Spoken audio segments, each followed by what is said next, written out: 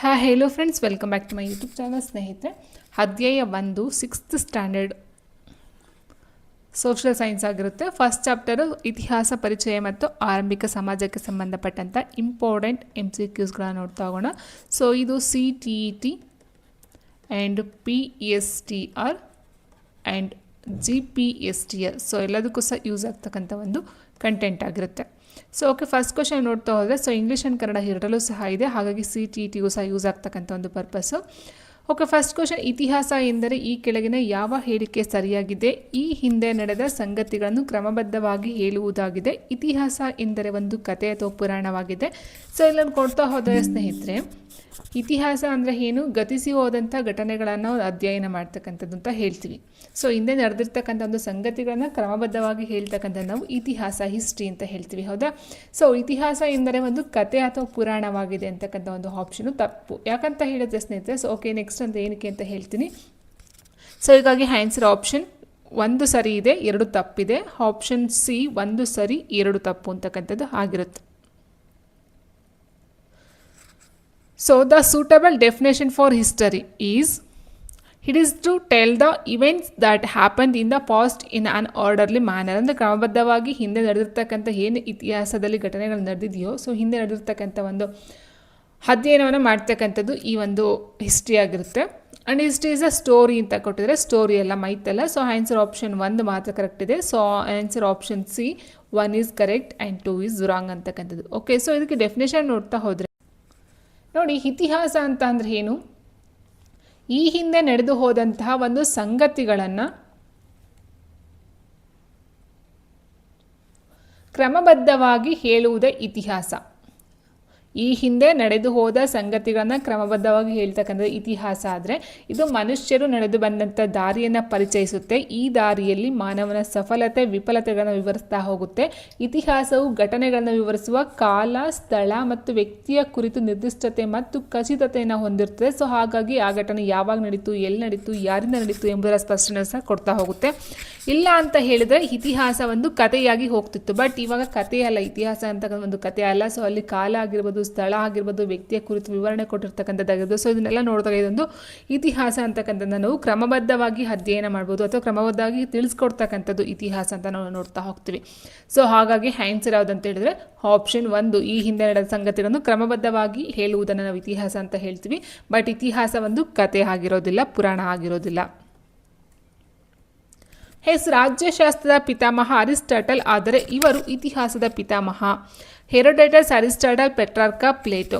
ರಾಜ್ಯಶಾಸ್ತ್ರದ ಪಿತಾಮಹ ಅರಿಸ್ಟಾಟಲ್ ಆದ ಸ್ನೇಹಿತರೆ, ಇತಿಹಾಸದ ಪಿತಾಮಹ ಬಂದು ಹೆರೋಡೋಟಸ್ ಆಗಿರ್ತಾರೆ. Option 1 Herodotus.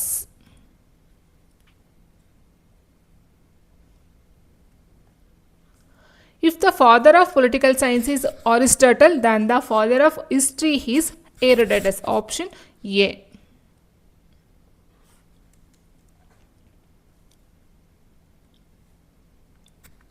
ಈ ಕೆಳಗಿನಲ್ಲಿ ಇದು ಪುರಾತತ್ವ ಆಧಾರಕ್ಕೆ ಸಂಬಂಧಿಸಿಲ್ಲ. ಮಡಕೆ ಚೂರುಗಳು, ನಾಣ್ಯಗಳು, ಜನಪದ ಗೀತೆಗಳು, ಸ್ಮಾರಕಗಳು. ಸೊ ಪುರಾತತ್ವಕ್ಕೆ ಅಂತ ಹೇಳಿದಾಗ ನಾವು ಆಧಾರಗಳನ್ನ ನೋಡ್ತೀವಿ ಸ್ನೇಹಿತರೆ. ಹಿಸ್ಟ್ರಿಗೆ ನೋಡ್ತಾ ಹೋದಾಗ ಆಧಾರಗಳನ್ನು ನೋಡ್ತೀವಿ. ಸೊ ಆಧಾರಗಳಲ್ಲಿ 2 ರೀತಿ ನೋಡ್ತಾ ಹೋಗ್ತೀವಿ. ಒಂದು ಸಾಹಿತ್ಯ ಆಧಾರಗಳಾಗಿರುತ್ತೆ, ಸಾಹಿತ್ಯಿಕ ಆಗಿರುತ್ತೆ. ಮತ್ತೊಂದು ಪುರಾತತ್ವ ಆಧಾರಗಳಾಗಿರುತ್ತೆ, ಪುರಾತತ್ವ.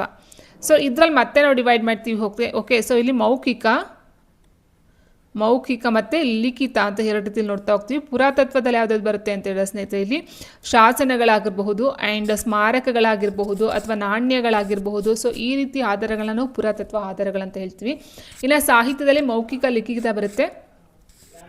ಮೌಖಿಕದಲ್ಲಿ ಯಾವುದೇ ರೀತಿ ಬರುತ್ತೆ, ಕತೆ ಹೇಳೋದು, ಲಾವಣಿಗಳು ಹೇಳ್ತಕ್ಕಂಥದ್ದು, ಜನಪದ ಗೀತೆಗಳಾಗಿರ್ಬೋದು, ಇದೆಲ್ಲ ಮೌಖಿಕ ಸಾಹಿತ್ಯದಲ್ಲಿ ಬರುತ್ತೆ. ಆ್ಯಂಡ್ ಲಿಖಿತ ಸಾಹಿತ್ಯ ಅಂತ ಹೇಳಿದಾಗ ದೇಶೀಯ ಸಾಹಿತ್ಯ ಮತ್ತು ವಿದೇಶಿ ಸಾಹಿತ್ಯ ಅಂತ 2 ರೀತಿ ಬರುತ್ತೆ. ಓಕೆ, ಸೊ ಇಲ್ಲಿ ಆನ್ಸರ್ ನೋಡ್ತಾ ಹೋದರೆ ಮಡಿಕೆ ಚೂರುಗಳು, ನಾಣ್ಯಗಳು, ಸ್ಮಾರಕಗಳು, ಈ 3 ಒಂದು ಪುರಾತತ್ವ ಆಧಾರಕ್ಕೆ ಸಂಬಂಧಪಟ್ಟಂಥವಾದಾಗಿರುತ್ತೆ. ಆಪ್ಷನ್ B ಜಾನಪದ ಗೀತೆಗಳಂತಕ್ಕಂಥದ್ದು ಏನಿದೆಯೋ ಇದು ಒಂದು ಸಾಹಿತ್ಯ ಆಧಾರಕ್ಕೆ ಸಂಬಂಧಪಟ್ಟಂಥದ್ದು ಅಥವಾ ಲಿಖಿತ ಸಾಹಿತ್ಯಕ್ಕೆ ಸಂಬಂಧಪಟ್ಟಂಥ ಒಂದು ಆಧಾರಕ್ಕೆ ಸೇರ್ಕೊಳ್ತಕ್ಕಂಥದ್ದಾಗಿರುತ್ತೆ. Answer option 3. The following is not related to archaeological sources ಅಂತ ಕೊಟ್ಟಿದ್ದಾರೆ. Remains of forts, coins, folk songs and monuments. So answer option C folk songs ಅಂತಕ್ಕಂಥದ್ದು. ನೋಡಿ, ಇತಿಹಾಸ ರಚಿಸೋರನ್ನ ಇತಿಹಾಸಕಾರ ಅಂತ ಕರಿತಾ ಹೋಗ್ತೀವಿ. ಆಧಾರಗಳನ್ನ ನೋಡ್ತಾ ಹೋದಾಗ ಸಾಹಿತ್ಯ ಆಧಾರಗಳು ಮತ್ತು ಪುರಾತತ್ವ ಆಧಾರಗಳು ಅಂತ ಎರಡು ರೀತಿ ನೋಡ್ತಾ ಹೋಗ್ತೀವಿ ಸ್ನೇಹಿತರೆ. ಸೊ ಅದರಲ್ಲಿ ಸಾಹಿತ್ಯ ಆಧಾರಗಳು ಅಂತ ಹೇಳಿದಾಗ ಇತಿಹಾಸದ ಹಿನ್ನೆಲೆಯಲ್ಲಿ ಸಾಹಿತ್ಯ ಅಂದರೆ ಬರವಣಿಗೆ ಅಥವಾ ಬಾಯಿಂದ ಬಾಯಿಗೆ ಹರಿದು ಬಂದಿರತಕ್ಕಂಥ ಒಂದು ಸಂಗತಿಗಳನ್ನು ನಾವು ಸಾಹಿತ್ಯ ಆಧಾರಗಳಂತ ಹೇಳ್ತೀವಿ. ಅದರಲ್ಲೂ ಸಹ ಎರಡು ವಿಧ ಬರುತ್ತೆ, ಒಂದು ಲಿಖಿತ ಸಾಹಿತ್ಯ, ಮತ್ತೊಂದು ಮೌಖಿಕ ಸಾಹಿತ್ಯ. ಲಿಖಿತ ಸಾಹಿತ್ಯವನ್ನು ದೇಶೀಯ ಸಾಹಿತ್ಯ ಮತ್ತು ವಿದೇಶೀಯ ಸಾಹಿತ್ಯ ಅಂತ ಎರಡು ಡಿವೈಡ್ ಮಾಡ್ತೀವಿ. ಏನಂತಂದರೆ ದೇಶೀಯ ಅಂತ ಹೇಳಿದ್ರೆ ಭಾರತದಲ್ಲಿ ಇರ್ತಕ್ಕಂಥ ಒಂದು ಬರಹಗಾರರು ಬರೆದಿರ್ತಕ್ಕಂಥ ಒಂದು ಸಾಹಿತ್ಯ. ಆದರೆ ವಿದೇಶಿಯ ಸಾಹಿತ್ಯ ಅಂತ ಹೇಳಿದ್ರೆ ಅಂದರೆ ಫಾರಿನ್ ಅಥವಾ ಇಟ್ ಮೀನ್ಸ್ ವಿದೇಶದ ಒಂದು ಬರಹಗಾರರು ಇತಿಹಾಸಕಾರರು ಬರೆದಿರ್ತಕ್ಕಂಥ ಒಂದು ಸಾಹಿತ್ಯ ನಾವು ವಿದೇಶಿಯ ಸಾಹಿತ್ಯಗಳೆಂದು ವಿಂಗಡಣೆ ಮಾಡ್ತಕ್ಕಂಥದ್ದಾಗಿರುತ್ತೆ. ಇನ್ನು ಮೌಖಿಕ ಸಾಹಿತ್ಯದಲ್ಲಿ ಬರ್ತಕ್ಕಂಥದ್ದು ಜನಪದ ಗೀತೆ, ಕತೆ, ಲಾವಣಿ, ಐತಿಹ್ಯ ಮೊದಲಾದ ಅಂದರೆ ಬಾಯಿಂದ ಬಾಯಿಗೆ ಹರಿದು ಬಂದಿರತಕ್ಕಂಥದ್ದನ್ನು ಮೌಖಿಕ ಸಾಹಿತ್ಯ ಅಂತ ಹೇಳ್ತೀವಿ. ಲಿಖಿತ ಸಾಹಿತ್ಯ ಅಂತ ಹೇಳಿದ್ರೆ ಅಕ್ಷರಸ್ಥರಾದವರು ಅಕ್ಷರದ ಮೂಲಕ ಬರೆದು ಇಕ್ಕಿರ್ತಕ್ಕಂಥ ಗ್ರಂಥಗಳಾಗಿರ್ಬೋದು, ಕಾದಂಬರಿಗಳಾಗಿರ್ಬೋದು. ಸೊ ಇದನ್ನು ನಾವು ಲಿಖಿತ ಸಾಹಿತ್ಯ ಅಂತ ಹೇಳ್ತೀವಿ. ಇನ್ನು ಪುರಾತತ್ವ ಆಧಾರಗಳಂತ ನೋಡ್ತಾ ಹೋದಾಗ ನೋಡಿ, ಇಲ್ಲಿದೆ ಪುರಾತತ್ವ ಆಧಾರಗಳು ಏನು ಮಾಡ್ತಾರೆ, ಈ ಒಂದು ಭೂಮಿಯ ಒಳಗೆ ಒದಗಿ ಹೋಗಿರ್ತಕ್ಕಂಥ ಅವಶೇಷಗಳನ್ನು ಉತ್ಖನನ ಮೂಲಕ ಹೊರತೆಗಿತಕ್ಕಂಥದ್ದು. ಫಾರ್ ಎಕ್ಸಾಂಪಲ್ ಮಡಿಕೆ ಚೂರು, ನಾಣ್ಯಗಳು, ಶಾಸನಗಳು, ಸ್ಮಾರಕಗಳು ಮತ್ತಿತರ ಅವಶೇಷಗಳು. ಸೊ ಇದೆಲ್ಲ ನಾವು ಪುರಾತತ್ವ ಆಧಾರಗಳಲ್ಲಿ ನೋಡ್ತಾ ಹೋಗ್ತೀವಿ ಸ್ನೇಹಿತರೆ.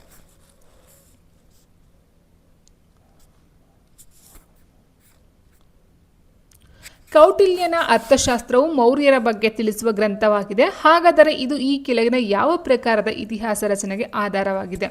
ಅಂದರೆ ಕೌಟಿಲ್ಯನ ಅರ್ಥಶಾಸ್ತ್ರ ಅಂತಕ್ಕಂಥದ್ದು ಕೌಟಿಲ್ಯ ರಚನೆ ಬರ್ದಿರ್ತಕ್ಕಂಥ ಅಂದರೆ ಅಕ್ಷರದ ಮೂಲಕ ಬರೆದಿರ್ತಕ್ಕಂಥ ಒಂದು ಕೃತಿ ಆಗಿರುತ್ತೆ ಅಥವಾ ಗ್ರಂಥವಾಗಿರುತ್ತೆ. ಸೊ ಹಾಗಾಗಿ ಇಲ್ಲಿ ಅಕ್ಷರಗಳ ಮೂಲಕ ಬರೆದಿರ್ತಕ್ಕಂಥ ಒಂದು ಗ್ರಂಥ ಅಂತ ಹೇಳಿದ್ರೆ ಅದು ಸಾಹಿತ್ಯಕ್ಕೆ ಬರುತ್ತೆ. ಅದು ಯಾವ ಸಾಹಿತ್ಯ? ಲಿಖಿತ ಸಾಹಿತ್ಯಕ್ಕೆ ಬರ್ತಕ್ಕಂಥದ್ದು. ಸೊ ಮೌಖಿಕ ಸಾಹಿತ್ಯ ಅಂತ ಹೇಳಿದಾಗ ಬಾಯಿಂದ ಬಾಯಿಗೆ ಬರೋದು ಅಂತ ಹೇಳ್ತೀವಿ. ಬಟ್ ಇಲ್ಲಿ ಅರ್ಥಶಾಸ್ತ್ರ ಅಂತಕ್ಕಂಥದ್ದು ಗ್ರಂಥ ಆಗಿದೆ. ಸೊ ಬರೆದರ ಮೂಲಕ, ಬರವಣಿಗೆಯ ಮೂಲಕ ಇರ್ತಕ್ಕಂಥದ್ದಾಗಿದೆ. ಹಾಗಾಗಿ ಆನ್ಸರ್ ಆಪ್ಷನ್ ಬಿ ಲಿಖಿತ ಸಾಹಿತ್ಯಕ್ಕೆ ಬರುತ್ತೆ. Kautilya's Arthashastra describe the Mauryas. This is an example for the following historical source. ಅದೇ ಹೇಳಿದಾಗೆ ಕೌಟಿಲ್ಯನ ಅರ್ಥಶಾಸ್ತ್ರ ಅಂತಕ್ಕಂಥದ್ದು ಒಂದು ಬರಹದ ಮೂಲಕ ಇರ್ತಕ್ಕಂಥದ್ದು. ಹಾಗಾಗಿ ಅದನ್ನು ಅಕ್ಷರ ರೂಪದಲ್ಲಿ ನೋಡ್ತಾ ಹೋಗ್ತೀವಿ. So answer option B written literature ಅಂತಕ್ಕಂಥದ್ದು ಆಗಿರುತ್ತೆ ಸ್ನೇಹಿತರೆ. ಅಕ್ಷರ ಜ್ಞಾನವನ್ನು ಮಾನದಂಡವಾಗಿಟ್ಟುಕೊಂಡು ಇತಿಹಾಸವನ್ನು 3 ಪ್ರಧಾನ ಕಾಲಗಳಾಗಿ ವರ್ಗೀಕರಿಸಿದ್ದಾರೆ. ಅವುಗಳಲ್ಲಿ ತಪ್ಪಾದ ಉತ್ತರ ಆರಿಸಿ. ಪ್ರಾಗ ಇತಿಹಾಸ ಕಾಲ, ಪೂರ್ವಭಾವಿ ಇತಿಹಾಸ ಕಾಲ, ಇತಿಹಾಸ ಕಾಲ ಎಲ್ಲವೂ ತಪ್ಪಾಗಿದೆ ಅಂತ ಕೊಟ್ಟಿದ್ದಾರೆ. ಸೊ ತಪ್ಪಾಗಿರ್ತಕ್ಕಂಥ ಆಪ್ಷನ್ ಡಿ ಎಲ್ಲವೂ ತಪ್ಪಾಗಿದೆ ಅಂತಕ್ಕಂಥ ಇದು ಆನ್ಸರ್ ಆಗುತ್ತೆ. ಯಾಕೆ ಅಂತ ಹೇಳ್ತೀನಿ ಸ್ನೇಹಿತರೆ. On the basis of availability of script or writing, history has been classified into 3 main periods. Identify the incorrect answer among these ಅಂತ ಕೊಟ್ಟಿದ್ದಾರೆ. ಅಂದರೆ ಇಲ್ಲಿ ಕೊಟ್ಟಿರ್ತಕ್ಕಂಥ 3 ಆಪ್ಷನ್ಸ್ಗಳೇನಿದೆಯೋ ಸೊ ಅದನ್ನು ನಾವು ನೋಡ್ತಾ ಹೋದರೆ so okay answer none of the above ಅಂತಕ್ಕಂಥದ್ದಾಗಿರುತ್ತೆ ಸ್ನೇಹಿತರೆ. ಯಾಕೆ ಅಂತ ಹೇಳಿದ್ರೆ ನೋಡಿ, ಇಲ್ಲಿದೆ ಸಾಮಾನ್ಯವಾಗಿ ಇತಿಹಾಸವನ್ನು 3 ಪ್ರಧಾನ ಕಾಲಗಳಾಗಿ ವರ್ಗೀಕರಣವನ್ನು ಮಾಡ್ತೀವಿ. ಅದರಲ್ಲಿ ಪ್ರಾಗ ಐತಿಹಾಸಿಕ ಕಾಲ, it means pre historical period ಅಂತ ಹೇಳ್ತೀವಿ. ಎರಡನೇದು ಪೂರ್ವಭಾವಿ ಇತಿಹಾಸ ಕಾಲ, ಪ್ರೋಟೋ ಹಿಸ್ಟೋರಿಕ್ ಪೀರಿಯಡ್, ಆ್ಯಂಡ್ ಇತಿಹಾಸ ಕಾಲ ಬಂದು ಹಿಸ್ಟೋರಿಕ್ ಪೀರಿಯಡ್. ಒಟ್ಟು 3 ರೀತಿಯ ನೋಡ್ತಾ ಹೋಗ್ತೀವಿ. ಓಕೆ, ಸೊ ಇದರಲ್ಲಿ ಏನಾಗುತ್ತೆ ಅಂತ ಹೇಳಿದ್ರೆ ಪ್ರಾಗ ಐತಿಹಾಸಿಕ ಕಾಲ ಅಂತ ಅಂದರೆ ಏನಂತ ಹೇಳಿದ್ರೆ ಅಕ್ಷರವೇ ಪರಿಚಯವೇ ಇಲ್ಲದ ಕಾಲಘಟ್ಟವನ್ನು ನಾವು ಪ್ರಾಗ ಐತಿಹಾಸಿಕ ಕಾಲ ಅಂತ ಹೇಳ್ತೀವಿ. ಅಂದರೆ ಇಲ್ಲಿ ಯಾವುದೇ ಒಂದು ಅಕ್ಷರಕ್ಕೆ ಅಂದರೆ ಜನಗಳಿಗೆ ಆ ಒಂದು ಟೈಮಲ್ಲಿ ಅಕ್ಷರ, ಬರಹ, ಓದೋದು, ಬರೆಯೋದು ಅಂದರೆ ಏನಂತಲೇ ಗೊತ್ತಿರಲಿಲ್ಲ. ಸೊ ಅಂಥ ಒಂದು ಕಾಲವನ್ನು ಪ್ರಾಗೈತಿಹಾಸಿಕ ಕಾಲ ಅಂತಂದರು. ಸೊ ಫಾರ್ ಎಕ್ಸಾಂಪಲ್ ಶಿಲಾಯುಗ. ಸೊ ಇದಕ್ಕೆ ಕುರುಹುಗಳನ್ನು ನಮಗೆ ಶಿಲೆಗಳ ಸಿಗ್ತಕ್ಕಂಥ. ಸೊ ಆ ಒಂದು ಟೈಮಲ್ಲಿ ಶಿಲೆಗಳು, ಕಲ್ಲುಗಳಾಗಿರ್ಬೋದು ಅಥವಾ ಈ ಒಂದು ಅವರು ಮಾಡಿರ್ತಕ್ಕಂಥ ಒಂದು ಏನು ಕಲ್ಲಿನ ಅಂದರೆ ಹೇಳಿದ್ವಲ್ಲ ಮಡಿಕೆ ಚೂರುಗಳಂತ ಹೇಳ್ತೀವಿ. ಇಟ್ಕೆನೂ ಸಹ ಆ ಒಂದು ಟೈಮಲ್ಲಿ ಇರಲಿಲ್ಲ. ಆ್ಯಕ್ಚುಲಿ ಹೇಳ್ಬೇಕಂದ್ರೆ ಶಿಲೆಗಳ ಮೂಲಕನೇ ಇಷ್ಟು ವರ್ಷದ ಹಿಂದೆ ಈ ಒಂದು ಶಿಲೆಯನ್ನು ಯೂಸ್ ಮಾಡ್ತಾ ಇದ್ರು ಅನ್ನೋದಕ್ಕೊಂದು ಪುರಾವೆಯನ್ನು ನಾವು ಹೇಳ್ಬಹುದು. ಸೊ ಇಲ್ಲಿ ಅಕ್ಷರದ ಪರಿಚಯವೇ ಇಲ್ಲದೆ ಇರ್ತಕ್ಕಂಥ ಒಂದು ಕಾಲಘಟ್ಟವನ್ನು ನಾವು ಪ್ರಾಗ್ ಐತಿಹಾಸಿಕ ಕಾಲ ಅಂತ ಹೇಳ್ತೀವಿ. ಆ್ಯಂಡ್ ಯಾವೊಂದು ಕಾಲದಲ್ಲಿ ಅಕ್ಷರಗಳ ತಿಳುವಳಿಕೆ ಇದ್ದು ಅವುಗಳನ್ನು ಇಂದು ಓದಲು ಸಾಧ್ಯವಾಗುತ್ತಿಲ್ಲವೋ ಅಂತಹ ಕಾಲವನ್ನು ನಾವು ಪೂರ್ವಭಾವಿ ಇತಿಹಾಸ ಕಾಲ ಅಂತ ಹೇಳ್ತೀವಿ. ಅಂದರೆ ಅಷ್ಟೋ ಇಷ್ಟೋ ಕಲ್ತಿದ್ರು ಅಕ್ಷರಗಳ ಅಭ್ಯಾಸವನ್ನು, ಬಟ್ ಆ ಒಂದು ಅಭ್ಯಾಸ ಎಂದು ಅಕ್ಷರ ಕಲ್ತಿದ್ದಾರೋ ಸೊ ಅದು ಇವತ್ತಿಗೆ ನಮಗೆ ಅರ್ಥ ಆಗ್ತಿಲ್ಲ ಸ್ನೇಹಿತರೆ. ಸೊ ಅಂಥ ಒಂದು ಕಾಲವನ್ನು ನಾವು ಪೂರ್ವಭಾವಿ ಇತಿಹಾಸ ಕಾಲ ಅಂತ ಹೇಳ್ತೀವಿ. ಬಟ್ ಯಾವ ಕಾಲಘಟ್ಟದಲ್ಲಿ ಅಕ್ಷರ ಪರಿಚಯವಿದೆಯೋ ಅದನ್ನು ನಾವು ಓದೋಕ್ಕೆ ಸಾಧ್ಯ ಆಗ್ತಾ ಇದೆಯೋ ಅಂತಹ ಕಾಲ ನಾವು ಇತಿಹಾಸ ಕಾಲ ಅಂತ ಕರಿತಾ ಹೋಗ್ತೀವಿ ಸ್ನೇಹಿತರೆ. ಸೊ ಓಕೆ, 3 ಬರ್ತವೆ. ಹಾಗಾಗಿ ನಾವು ನೋಡ್ತಾ ಹೋದಾಗೆ ಆನ್ಸರು ಎಲ್ಲವೂ ಸಹ ತಪ್ಪಾಗಿದೆ ಅಂತಕ್ಕಂಥದ್ದು ಆಗಿರುತ್ತೆ. ಪ್ರಾಗ್ ಐತಿಹಾಸಿಕ ಕಾಲದ ಅರ್ಥ ಏನು ಅಂತ ಕೇಳಿದರೆ, ಸೊ ಈಗ ಆಲ್ರೆಡಿ ಹೇಳಿದೆ ಸ್ನೇಹಿತರೆ, ಅಕ್ಷರದ ಅಭ್ಯಾಸವೇ ಇಲ್ಲದಿರ್ತಕ್ಕಂಥ ಒಂದು ಕಾಲಘಟ್ಟವನ್ನು ನಾವು ಪ್ರಾಗ್ ಐತಿಹಾಸಿಕ ಕಾಲ ಅಂತ ಕರೆದ್ವಿ, ಹೌದಾ? ಸೊ ಆನ್ಸರ್ ಆಪ್ಷನ್ ಎ ಆಗಿರುತ್ತೆ. ಅಕ್ಷರದ ಪರಿಚಯವೇ ಇಲ್ಲದ ಒಂದು ಕಾಲಘಟ್ಟ ಪ್ರಾಗ್ ಐತಿಹಾಸಿಕ ಕಾಲ ಆಗಿರುತ್ತೆ. ಅಕ್ಷರದ ಪರಿಚಯವಿದ್ದು ಅವುಗಳನ್ನು ಓದಲು ಸಾಧ್ಯವಾಗದೇ ಇರತಕ್ಕಂಥ ಕಾಲವನ್ನು ನಾವು ಪ್ರೀ ಹಿಸ್ಟೋರಿಕಲ್ ಅಂತ ಹೇಳ್ತೀವಿ. ಅಕ್ಷರ ಪರಿಚಯವಿದ್ದು ಆ ಅಕ್ಷರವನ್ನು ಓದಲಾಗುವ ಕಾಲವನ್ನು ನಾವೀಗ ಹಿಸ್ಟೋರಿಕಲ್ ಅಂತ ಹೇಳ್ತಾ ಹೋಗ್ತೀವಿ. ಸೊ ಆನ್ಸರ್ ಆಪ್ಷನ್ ಎ ಆಗಿರುತ್ತೆ. The suitable definition for prehistorical age is the period in which no record of writing is found, the period that has a record of writing but it is not understood, the period that has a distinct record of writings and can be read and understood, none of these. So the suitable definition for pre historical age ಅಂತ ಅಂದರೆ ಅವರಿಗೆ ಯಾವುದೇ ಒಂದು writings ಅಂತಕ್ಕಂಥದ್ದು ಗೊತ್ತಿರಲಿಲ್ಲ. So answer option A ಆಗಿರುತ್ತೆ. ಆಧುನಿಕ ಮಾನವನ ದೈಹಿಕ ರಚನೆಯನ್ನು ಹೊಂದಿದ್ದ ಮಾನವರು ಮೊದಲು ಕಾಣಿಸಿಕೊಂಡದ್ದು ಎಲ್ಲಿ? ಭಾರತ, ನೇಪಾಳ, ದಕ್ಷಿಣ Africa, America. Answer option C, ದಕ್ಷಿಣ ಆಫ್ರಿಕಾದಲ್ಲಿ. Humans were first appeared in India, Nepal, South Africa, America. So first human ಜಗತ್ತಲ್ಲಿ ಫಸ್ಟ್ ಕಾಣಿಸ್ಕೊಂಡಂಥ ಒಂದು ಪ್ರದೇಶ ಅಂತ ಹೇಳಿದ್ರೆ ಅದು ಸೌತ್ ಆಫ್ರಿಕಾ ಆಗಿರುತ್ತೆ ಸ್ನೇಹಿತರೆ. ಈ ಒಂದು ಸೌತ್ ಆಫ್ರಿಕಾದಿಂದ ಜನಗಳು ಏನು ಮಾಡ್ತಾರೆ, ಅಲೆಮಾರಿಯಂತೆ ಅಥವಾ ಬೇರೆ ಬೇರೆ ಒಂದು ಇದಕ್ಕೆ ವಲಸೆ ಹೋಗಿ ಸೊ ಅಲ್ಲಲ್ಲಿ ತಮ್ಮದೇ ಆದಂಥ ಒಂದು ಜೀವನವನ್ನು ಕಂಡುಕೊಳ್ತಾರೆ, ನೆಲೆಸ್ತಾರೆ ಅಂತಕ್ಕಂಥದ್ದು ಒಂದು ಹಿಸ್ಟ್ರಿ ಆದರೆ ಸ್ನೇಹಿತರೆ ನೋಡಿ ಇಲ್ಲಿದೆ. ಜೀವ ವಿಕಾಸದ ಹಾದಿಯಲ್ಲಿ ಮೊದಲು ಏಕಕೋಶ ಜೀವಿಗಳು, ನಂತರ ಮೃದ್ವಂಗಿಗಳು, ಮೀನು, ಸಸ್ಯ, ಕೀಟ ಈ ರೀತಿ ಶುರುವಾಗ್ತಾ ಹೋಗುತ್ತೆ. ಬಟ್ ಜೀವ ವಿಕಾಸದಲ್ಲಿ ಫಸ್ಟು ಹುಟ್ಟಿದ್ದು ಯಾವುದಂತ ಹೇಳಿದ್ರೆ ಏಕಕೋಶ ಜೀವಿಗಳು, ಅದಾದ ನಂತರ ಮೃದ್ವಂಗಿಗಳು. ಓಕೆ, ಆ್ಯಂಡ್ ಇಲ್ಲಿ ಇನ್ನೊಂದು ಪಾಯಿಂಟ್ ಏನಂತ ಹೇಳಿದ್ರೆ ಸುಮಾರು 18 ಲಕ್ಷ ವರ್ಷಗಳ ಹಿಂದೆ ಮಾನವರ ವಿಕಾಸ ಆಯಿತು ಅಂತಕ್ಕಂಥದ್ದು ಹೇಳ್ತಾರೆ. ಬಟ್ ಅದಕ್ಕೆ ಕೆಲವೊಂದು ಕುರುಹುಗಳು, ಸಾಕ್ಷಿ ಆಧಾರಗಳಿಲ್ಲದೆ ಯಾರೂ ಒಪ್ಕೊಳ್ಳೋದಿಲ್ಲ ಸ್ನೇಹಿತರೆ. ಸೊ ಹಾಗಾಗಿ ಅದನ್ನು ಹಾಗೆ ಬಿಟ್ಟಿದ್ದಾರೆ. ಬಟ್ 18 ಲಕ್ಷ ವರ್ಷಗಳ ಹಿಂದಿನ ಒಂದು ಮಾನವನ ವಿಕಾಸ ಆಗಿದೆ ಅಂತಕ್ಕಂಥದ್ದು ಒಂದು ಮಾಹಿತಿ. ಇಲ್ಲಿ ಇನ್ನೊಂದು ಪಾಯಿಂಟ್ ಏನಂತ ಹೇಳಿದ್ರೆ ಆಧುನಿಕ ಮಾನವನ ದೈಹಿಕ ರಚನೆಯನ್ನು ಹೊಂದಿದ್ದ ಮಾನವರು ಮೊದಲು ದಕ್ಷಿಣ ಆಫ್ರಿಕಾದಲ್ಲಿ ಕಾಣಿಸ್ಕೊಳ್ತಾರೆ. ಇವರು ಆಫ್ರಿಕಾದಿಂದ ಪ್ರಪಂಚದ ವಿವಿಧ ಭೂಭಾಗಗಳಿಗೆ ವಲಸೆ ಹೋಗಿ ನೆಲೆಸಿದರೆಂದು ಹೇಳಲಾಗುತ್ತದೆ. ಬಟ್ ಈ ವಾದವು ಇಂದು ಸಾಕಷ್ಟು ವಿಮರ್ಶೆಗೂ ಸಹ ಒಳಗಾಗಿದೆ. ಬಟ್ ಇದನ್ನು ಸಹ ಅಷ್ಟು ಖಚಿತವಾಗಿ ಒಪ್ಕೊಳ್ಳೋದಕ್ಕೆ ರೆಡಿ ಇಲ್ಲ. ಯಾಕಂದರೆ ಇವತ್ತಿನ ಪ್ರಪಂಚ ಹೇಗಿದೆ ಅಂದರೆ ಎಲ್ಲ ಸಹ ಪ್ರಾಕ್ಟಿಕಲ್ ಆಗಿ ನೋಡ್ತಾ ಹೋಗ್ತಾರೆ. ಸೊ ಆ್ಯಂಡ್ ಪ್ರಾಕ್ಟಿಕಲ್ ಅಂತ ಹೇಳೋದಕ್ಕಿಂತ ಹೆಚ್ಚಾಗಿ ಸಾಕ್ಷಿ ಆಧಾರಗಳನ್ನ ಕೇಳ್ತಾ ಹೋಗ್ತಾರೆ, ಪುರಾವೆಗಳನ್ನ ಕೇಳ್ತಾರೆ. ಸೊ ಅದಕ್ಕೆ ತಕ್ಕಂತೆ ಪುರಾವೆಗಳು ಇಲ್ಲದೆ ಯಾರೂ ಒಪ್ಕೊಳ್ಳೋದಕ್ಕೆ ರೆಡಿ ಇಲ್ಲ. ಸೊ ಹಾಗಾಗಿ ದಕ್ಷಿಣ ಆಫ್ರಿಕಾದಲ್ಲಿ ಕಾಣಿಸ್ಕೊಂಡು ಅಂತಕ್ಕಂಥ ಒಂದು ಇತಿಹಾಸದ ಒಂದು ಮಾಹಿತಿ ಇದನ್ನು ಸಹ ಈ ವಾದ ಇಂದು ಸಹ ಸಾಕಷ್ಟು ವಿಮರ್ಶೆಗೆ ಒಳಗಾಗಿದೆ ಅಂತೆ. ನೆಕ್ಸ್ಟ್ ಮುಂದಿನ ಪ್ರಶ್ನೆ, ಪ್ರಾಗ್ ಐತಿಹಾಸಿಕ ಕಾಲದ 3 ಹಂತಗಳಲ್ಲಿ ತಪ್ಪಾದ ಯುಗವಿದು ಅಂತ ಕೊಟ್ಟಿದ್ರೆ, ಪ್ರಾಗ್ ಐತಿಹಾಸಿಕ ಕಾಲದಲ್ಲಿ ನಾವು ನೋಡ್ತಾ ಹೋಗ್ತೀವಿ ಹಳೆ ಶಿಲಾಯುಗನ ನೋಡ್ತೀವಿ, ಮಧ್ಯ ಶಿಲಾಯುಗ ನೋಡ್ತೀವಿ, ನವ ಶಿಲಾಯುಗವನ್ನು ನೋಡ್ತೀವಿ, ಮಡಿಕೆ ಶಿಲಾಯುಗ ಅಂತಕ್ಕಂಥದ್ದು ಬರೋದಿಲ್ಲ ಸ್ನೇಹಿತರೆ. ಸೊ ಹಾಗಾಗಿ ಆನ್ಸರ್ ಆಪ್ಷನ್ ಡಿ ಆಗಿರುತ್ತೆ. ಯಾಕಂದರೆ ಹಳೆ ಶಿಲಾಯುಗ ನೋಡ್ತಾ ಹೋದಾಗ 5 ಲಕ್ಷ ಅಂದರೆ ಕ್ರಿಸ್ತ ಪೂರ್ವ 5 ಲಕ್ಷದಿಂದ 12,000 ವರ್ಷಗಳವರೆಗೆ ನಡೀತಾ ಹೋಗುತ್ತೆ. ಆ್ಯಂಡ್ ಮಧ್ಯ ಶಿಲಾಯುಗ ಬಂದು 12,000 ವರ್ಷದಿಂದ 9,000 ವರ್ಷಗಳ ನಡೆಯುತ್ತೆ. ಆ್ಯಂಡ್ ಅದೇ ನವಶಿಲಾಯುಗ 9,000 ವರ್ಷಗಳಿಂದ 5,000 ವರ್ಷಗಳ ನಡುವಿನ ಒಂದು ಯುಗವನ್ನು ನಾವು ನವಶಿಲಾಯುಗ ಅಂತ ಹೇಳ್ತೀವಿ.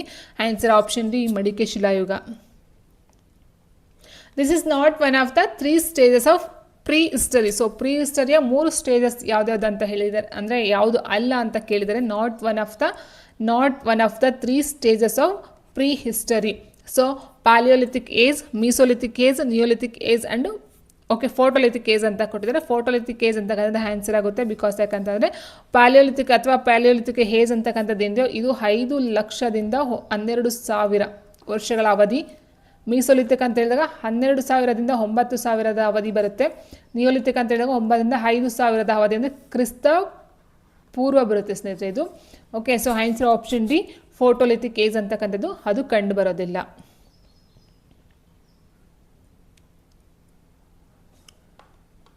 ನೋಡಿ ಇಲ್ಲಿದೆ, ಪ್ರಾಗ್ ಐತಿಹಾಸಿಕ ಕಾಲದಲ್ಲಿ 3 ಹಂತಗಳಿವೆ, ಹಳೆ ಶಿಲಾಯುಗ, ಮಧ್ಯ ಶಿಲಾಯುಗ, ನವಶಿಲಾಯುಗ. ಸೊ ಇಷ್ಟೆಲ್ಲ ಬರುತ್ತೆ ಸ್ನೇಹಿತರೆ. ಸೊ ಇಲ್ಲಿ ತುಂಬಾ ವಿಷಯನೂ ಸಹ ಇದೆ, ಇದನ್ನು ಸಹ ನೋಡ್ಕೊಳ್ತಾ ಹೋಗಬೇಕಾಗುತ್ತೆ.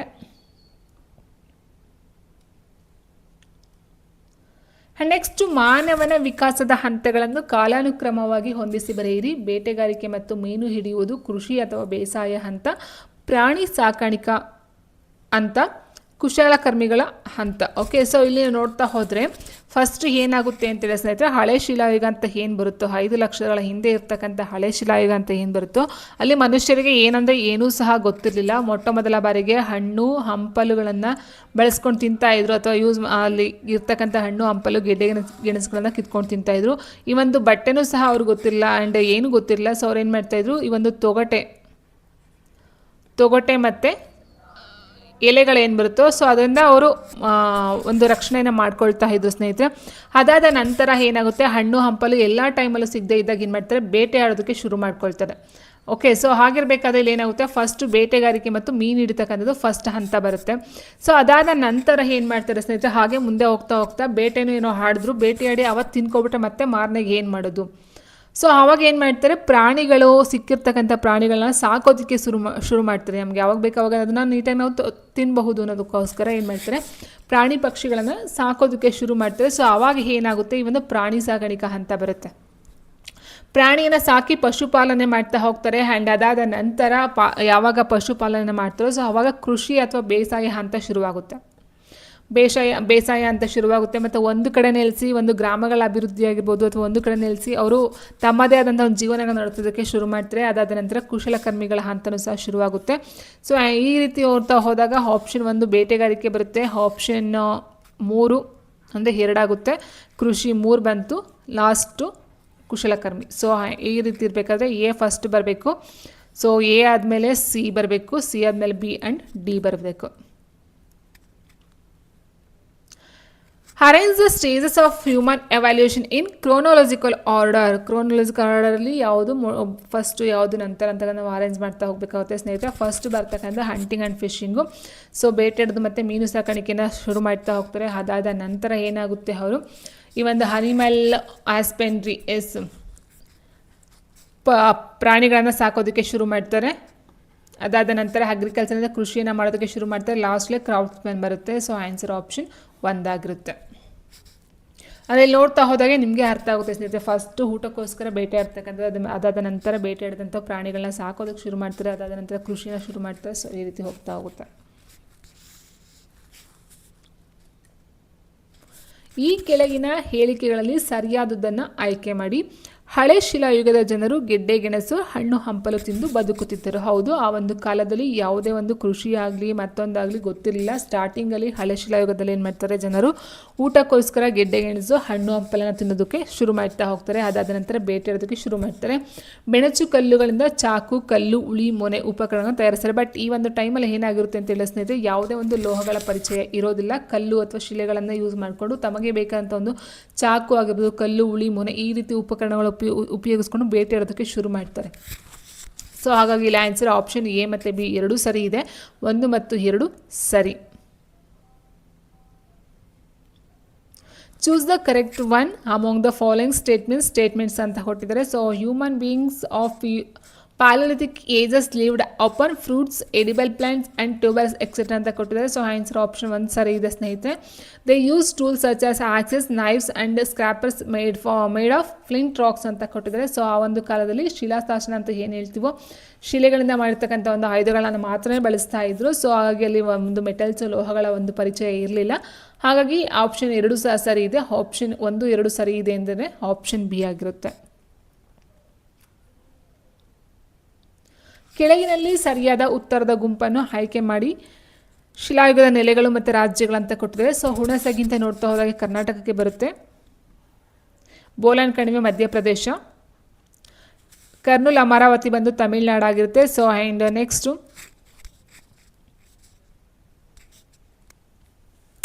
ಕರ್ನೂಲ್ ಅಮರಾವತಿ ಬಂದು ಆಂಧ್ರ ಪ್ರದೇಶ, ಅಮರಾವತಿ ಆಂಧ್ರ ಪ್ರದೇಶ ಆಯಿತು. ಹತ್ತಿರ ಪಂಕಂ ಬಂದು Tamil Nadu. So answer option C.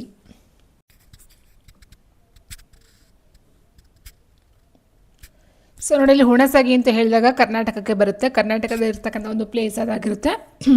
Bolan valley ಬಂದು ಮಧ್ಯಪ್ರದೇಶದಲ್ಲಿ ಕಂಡುಬರ್ತಕ್ಕಂಥದ್ದಾಗಿರುತ್ತೆ. ಆ್ಯಂಡ್ ಕರ್ನಲ್ ಅಮರಾವತಿ ಅಂತ ಹೇಳಿದ್ದು ಅಮರಾವತಿ ಆಂಧ್ರ ಪ್ರದೇಶಕ್ಕೆ ಸೇರ್ಕೊಳ್ತಕ್ಕಂಥದ್ದು. ಇನ್ನು ಹತ್ತಿರ ಪಂಕಂ ಅಂತಕ್ಕಂಥದ್ದು ತಮಿಳುನಾಡಲ್ಲಿ ಕಂಡುಬರ್ತಕ್ಕಂಥದ್ದು. ನೆಕ್ಸ್ಟ್ ಸ್ನೇಹಿತರೆ, ದೊಡ್ಡ ದೊಡ್ಡ ಶಿಲಾ ಉಪಕರಣಗಳ ಬದಲು ಕೌಶಲ್ಯಭರಿತ ಶಿಲಾಯುಧಗಳನ್ನು ಪ್ರಾರಂಭಿಸಲು ಅಥವಾ ಬಳಸಲ್ಪಟ್ಟಿರ್ತಕ್ಕಂಥ ಒಂದು ಕಾಲಘಟ್ಟ ಯಾವುದು? ಅಂದರೆ ದೊಡ್ಡ ದೊಡ್ಡ ಶಿಲಾಯುಗ ಉಪಕರಣಗಳ ಬದಲು ಅಂದರೆ ದೊಡ್ಡ ದೊಡ್ಡ ಶಿಲಾ ಉಪಕರಣಗಳನ್ನು ಎಲ್ಲಿ ಯೂಸ್ ಮಾಡ್ತಾರೆ ಅಂತ ಹೇಳಿದ್ರೆ ಈ ಒಂದು ಹಳೆ ಶಿಲಾಯುಗದಲ್ಲಿ ಯೂಸ್ ಮಾಡ್ತಾ ಇದ್ರು ಸ್ನೇಹಿತರೆ. ಸೊ ಅದಾದ ನಂತರ ಏನು ಮಾಡ್ತಾರೆ, ಮಧ್ಯ ಶಿಲಾಯುಗ ಏನಿದೆಯೋ ಸೊ ಇದನ್ನು ಸೂಕ್ಷ್ಮ ಶಿಲಾಯುಗ ಅಂತ ಕರಿತೀವಿ, ಸೂಕ್ಷ್ಮ ಶಿಲಾಯುಗ. ಸೊ ಇಲ್ಲಿ ಏನು ಮಾಡ್ತಾರೆ, ಸ್ಕಿಲ್ ಅಂದರೆ ಕೌಶಲ್ಯಭರಿತ ಶಿಲಾಯುಧಗಳನ್ನು ಬಳಸೋದಕ್ಕೆ ಶುರು ಮಾಡ್ತಾರೆ. ಆನ್ಸರ್ ಆಪ್ಷನ್ ಬಿ ಮಧ್ಯ ಶಿಲಾಯುಗ ಆಗಿರುತ್ತೆ. Usage of delicate stone weapons instead of loss stone tools began in ಅಂದರೆ so answer option is palaeolithic, mesolithic, neolithic ಅಂತ ಕೊಟ್ಟಿದ್ದಾರೆ. ಆನ್ಸರ್ ಆಪ್ಷನ್ ಬಿ ಮೀಸೋಲಿಥಿಕ್, ಮಧ್ಯ ಶಿಲಾಯುಗದಲ್ಲಿ ಕಂಡು ಬರ್ತಕ್ಕಂಥದ್ದು. ಕರ್ನಾಟಕದಲ್ಲಿನ ಸೂಕ್ಷ್ಮ ಶಿಲಾಯುಗದ ನೆಲೆಗಳು ಇವಾಗಿವೆ: ಬ್ರಹ್ಮಗಿರಿ, ಕನಕನಹಳ್ಳಿ, ಬಾಗೂರು, ಗುಣೇಶ್ವರ್, ಬನಹಳ್ಳಿ. ಇದನ್ನ ನೋಡ್ತಾ ಹೋದಾಗ ಇಲ್ಲಿ ಬಾಗೂರಾಗಲಿ ಅಥವಾ ವಾನಪಸಾರಿ ಇದೆಲ್ಲ ನಮಗೆ ಕರ್ನಾಟಕದಲ್ಲಿ ಕಂಡು ಬರ್ತಕ್ಕಂಥ ಒಂದು ಪ್ಲೇಸ್ಗಳೇ ಅಲ್ಲ ಸ್ನೇಹಿತರೆ. ಆನ್ಸರ್ ಆಪ್ಷನ್ ಒಂದು ಬ್ರಹ್ಮಗಿರಿ ಮತ್ತು Kanaganahalli. These are the sites of microstone age in Karnataka. Answer option A Brahmagiri ಮತ್ತು ಕನಗನಹಳ್ಳಿ. ಪ್ರಾಗೈತಿಹಾಸ ಕಾಲದಲ್ಲಿ ಬೆಂಕಿ ಹಾಗೂ ಬೂದಿಯ ಕುರುಹುಗಳು ದೊರೆತದ್ದು ಎಲ್ಲಿ? ಎಲ್ಲೋರದ ಗುಹೆಗಳು, ಎಲಿಫೆಂಟಾ ಗುಹೆಗಳು, ಕರ್ನೂಲಿನ ಗುಹೆಗಳು, Ajanta. So answer option C ಕರ್ನೂಲಿ.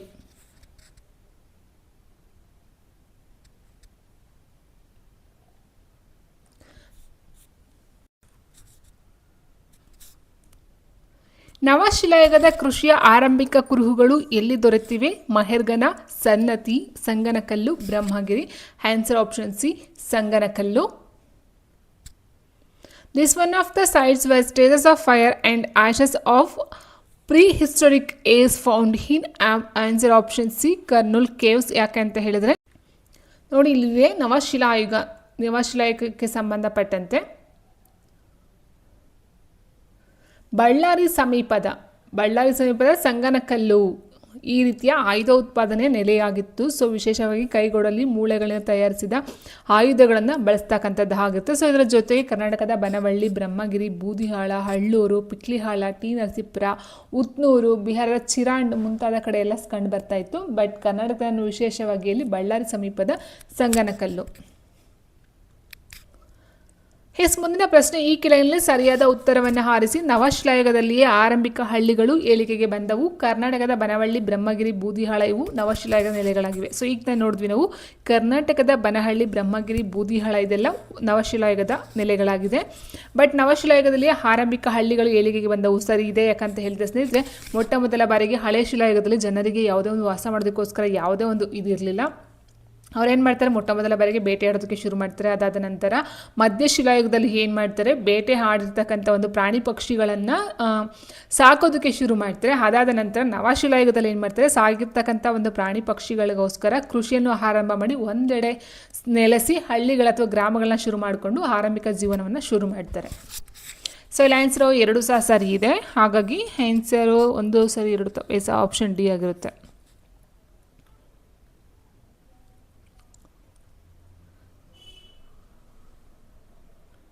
Okay, ಇದಾಯಿತು. Site with earliest evidence of agriculture found in neolithic age ಅಂತ ಹೇಳಿದ್ರೆ Sanganakallu. Choose the correct answer from the following ಅಂತ ಹೇಳಿದ್ರೆ early villages were flourished during neolithic age, ಹೌದು. And next Banahalli, Brahmagiri, Budihal in Karnataka are stone age sites, ಹೌದು. Option 2 ಸಹ ಸರಿ ಇದೆ, D ಆಗಿರುತ್ತೆ. ಆ್ಯಂಡ್ ನೆಕ್ಸ್ಟ್ ಪ್ರಶ್ನೆ, ಮಾನವನ ಬದುಕಿನಲ್ಲಿ ಲೋಹಗಳ ಪಾತ್ರ ಪ್ರಮುಖವಾದುದು. ಹಾಗಾದರೆ ಮಾನವ ಬಳಸಿದ ಮೊದಲ ಲೋಹ ಯಾವುದು ಅಂತ ಕೇಳಿದರೆ ತಾಮ್ರ, ತವರ, ಕಂಚು, ಸತು. ಮಾನವರ ಬದುಕಿನಲ್ಲಿ ಮೊಟ್ಟ ಮೊದಲ ಬಾರಿಗೆ ಬಳಸ್ತಕ್ಕಂಥ ಒಂದು ಲೋಹ ತಾಮ್ರ ಆಗಿರುತ್ತೆ. ಆಪ್ಷನ್ ಎ ಆಗಿರುತ್ತೆ ಸ್ನೇಹಿತರೆ. Metal place on important role in the development of humans. So the first metal used by humans is copper. Option A copper ಆಗಿರುತ್ತೆ. ನೋಡಿ, ಲೋಹಗಳ ಒಂದು ಯುಗದ ನೋಡ್ತಾ ಹೋದಾಗ ನವಶಿಲಾಯುಗದ ಕೊನೆಯ ಕಾಲಕ್ಕೆ ಲೋಹಗಳ ಬಳಕೆ ಆರಂಭವಾಗುತ್ತೆ. ಮೊದಲು ಮಾನವರು ಬಳಸಿದಂಥ ಒಂದು ಲೋಹ ಅಂತ ಹೇಳಿರೋದು ತಾಮ್ರ ಆಗಿರುತ್ತೆ. ತಾಮ್ರಕ್ಕೆ ತವರವನ್ನು ಸೇರಿಸಿ ಕಂಚು ಉತ್ಪಾದಿಸುವುದನ್ನು ಕಲಿತಾ ಹೋಗ್ತಾರೆ. ಕಂಚು ತಾಮ್ರಕ್ಕಿಂತ ಗಡುಸಾದ ಒಂದು ಮಿಶ್ರಲೋಹ ಹಾಗಾಗಿ ಬೆಳೆಸ್ತಾ ಹೋಗ್ತಾರೆ. ಬಟ್ ಫಸ್ಟ್ಗೆ ಮಾನವರು ಬಳಸಿರ್ತಕ್ಕಂಥ ಒಂದು ಲೋಹ ಅಂತ ಹೇಳಿರೋದು ತಾಮ್ರ ಆಗಿರುತ್ತೆ. ಓಕೆ,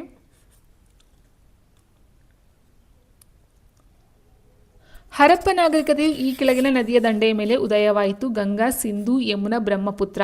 ಹರಪ್ಪ ಸಿವಿಲೈಸೇಷನ್ ಅಂತಕ್ಕಂಥದ್ದು ಅಲ್ಲಿ ಶುರುವಾಗ್ತಕ್ಕಂಥದ್ದೇ ಸಿಂಧು ನದಿಯ ಮೇಲೆ. ಸೊ ಹಾಗಾಗಿ ಏನು ಮಾಡ್ತಿರಲಿ, ಸಿಂಧು ನದಿಯ ಮೇಲೆ ಏನು ವಾಸ ಮಾಡ್ತಿರೋ ಜನಗಳನ್ನ ಅವರು ಹಿಂದೂ ಅಂತ ಸಹ ಕರಿತಾ ಹೋಗ್ತಾರೆ, ಪರ್ಷಿಯನ್ನರು. ಸೊ ಅದು ಹೇಳಿದ್ದೀನಿ. ಸೊ ಹಾಗಾಗಿ ಇಲ್ಲಿ ಹಿಂದೂ ಅಂತಕ್ಕಂಥ ಒಂದು ಪದ ಬಂತು ಭಾರತಕ್ಕೆ ಅಂತಕ್ಕಂಥದ್ದು ಸಹ ಇದೆ. The Harappa civilisation flourished on the banks of the following river. So answer option B, Sindhu.